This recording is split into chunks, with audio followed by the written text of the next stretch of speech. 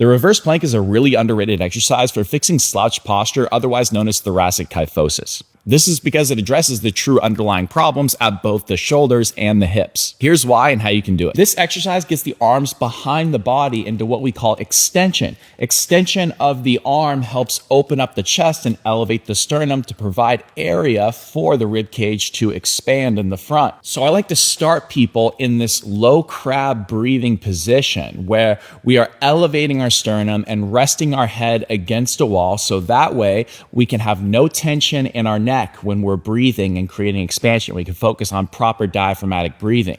Here's how I would coach that. All right, what you want to do here is get about a foot away from the wall, and you want to get your knees in line with your feet and your hips. And you want to get your hands and the fingertips right in line with your butt right here, about shoulder width apart.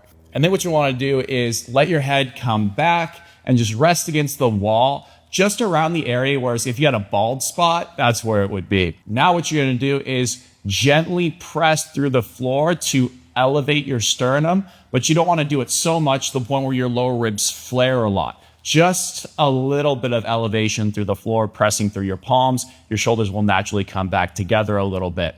Now you're going to exhale with a relaxed open mouth and jaw, like that, for about 5 to 10 seconds.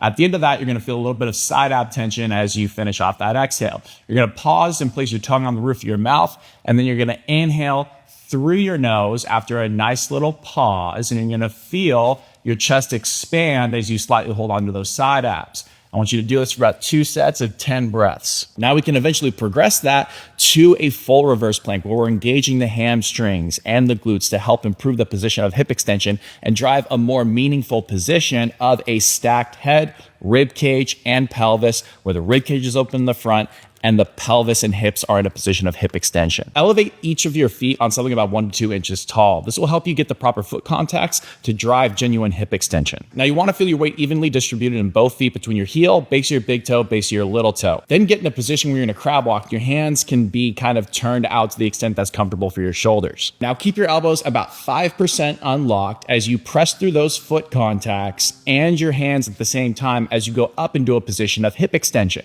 You want to stop at the point where if you were to go up any higher, you would feel your lower rib cage flare significantly or your back start to arch. This will make sure you're properly using your glutes and hamstrings to the end range of hip extension that you individually have. So you should feel those muscle groups working. Now tilt your head back until it's in a neutral position. Now do that same breathing we had on the first progression. Very gentle, full exhale through the mouth with a relaxed jaw. Pause after you feel your side abs a little bit. Inhale through your nose, making sure your neck's not engaging. You'll feel your chest expand.